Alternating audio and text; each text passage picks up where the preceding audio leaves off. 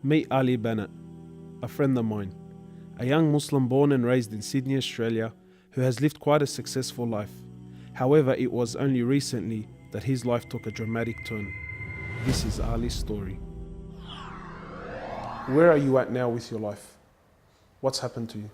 And at this point in my life, والله I've been gifted alhamdulillah by Allah with cancer throughout my body, and I've changed my whole life to sort of helping people. Why do you call it a gift, Ali? And alhamdulillah, it's a gift because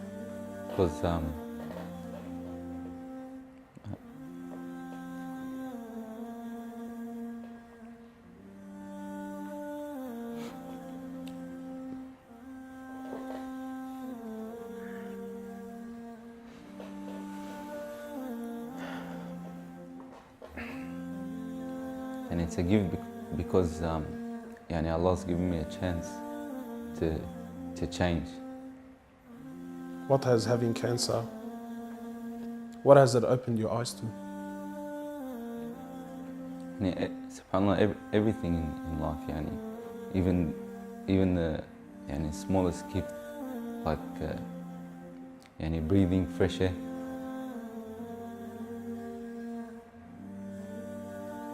Do you feel like you used to take that for granted before?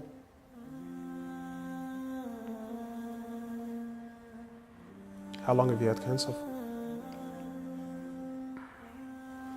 4 months now. Ali was diagnosed with stage 4 cancer and given only 7 months to live. Upon finding the news, he immediately sold his successful business and was forced to reconsider the lavish lifestyle he was accustomed to. Everything was to change. Ali, what was your reaction when you came to know you had cancer? I got rid of my cars, I got rid of my watches, even my clothes. I took them with me overseas and I gave them to a lot of people up there, alhamdulillah. So I wanted to try to leave this world without anything. So you were on a mission to get rid of your dunya. It wasn't until Ali invited us into his room that we truly understood the luxurious lifestyle that he was living and the extent of the sacrifice that he was making. What's all this, Ali? Talk to me, explain this. It's a bracelet, costs about 60,000. $60,000. Yeah.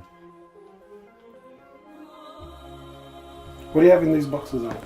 They're all my shoes, alhamdulillah. Louis Vuitton?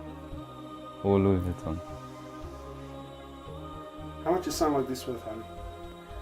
They're probably about 1,300. How much you pay for that, Ali? About 700 Thongs. for a pair of thongs, yeah. So what's happening with the sunglasses here, Ali? I just like collecting different sunglasses. Yeah? I've got rid of a lot of them. I gave them to a couple of brothers in Africa, alhamdulillah. So you're telling me there's a kid in Africa that's walking around with Louis Vuittons and Can I try one of these hats on? I've only mentioned them in my talks like 100 times. You can try the red one on. It's limited edition one. Barakallah. What do you reckon else? Sheikh Gucci. Ali's interest in the dunya has left him abruptly and no longer holds a place in his heart. So Ali, what do you feel now, like when you look at this? And driving something like this doesn't really cross my mind anymore. It's not something I would want to do no more. After someone tells you, or you find out that you're sick, or you haven't got much time in this life, wallah, this is the last thing you would want to chase. And this is how we should be living our life every day. A car like this, people would love to be in it, people would love to own, people would love to drive it. Wallah, they're going for the wrong goals. And you realize that when you get sick, when someone tells you haven't got long to live, you realize all this stuff, it does not benefit us in any way. So what's the value of this in your heart now? This is worth one pair of thongs for a little African child with no thongs. Wallahi, it's worth more than me to see him smile with a pair of thongs than own one of these. Wallah al-Azim. Ali has since dedicated the remainder of his life and wealth to helping those who are far less fortunate than him. After an emotional journey to Africa, Ali has established a charity titled Muslims Around the World Project. The organization wasted no time in the construction of a masjid and a school in Africa to serve as an ongoing charity for him when he finally has to depart this world. Well, it all started from when I went to the cemetery when a brother that has cancer passed away. And I was at the cemetery and I was just thinking to myself, after you go, there's nothing. There's no one there for you. No mother, no father, no brother, no sister, except for your deeds. And even your money is not going to be there for you. So the only thing that's going to be there for you is a sadaqah. And that's the only thing that's going to help you gradually through your time in the grave till you get to the ultimate destination. As the reality of death further sinks in, Ali spends most of his personal time in preparing himself for his final meeting with his Creator, Allah.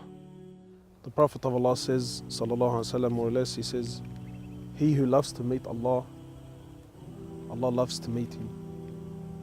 And he who hates to meet Allah, Allah hates to meet him. Are you loving to meet Allah? Because of this cancer, I've been advised by one of the brothers to take a special drug to help me with pain and stuff. And subhanAllah, it's very strong. I took a bit too much and I came into a whole different world within not knowing where I was, and it was very hard for me. And subhanAllah, I actually seen things I've never seen before. And my family were there all standing around me, and I was pointing up and I was saying, Ya Allah, take me. And it was that beautiful what I was seeing. I just wanted to go.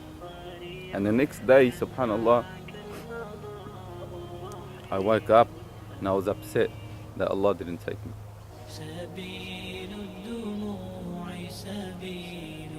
Well, I ask Allah subhanahu wa ta'ala to purify you and to give you shifa, and to keep you around us for a long time. Allah, may Allah subhanahu wa ta'ala reward you. Give you firdaus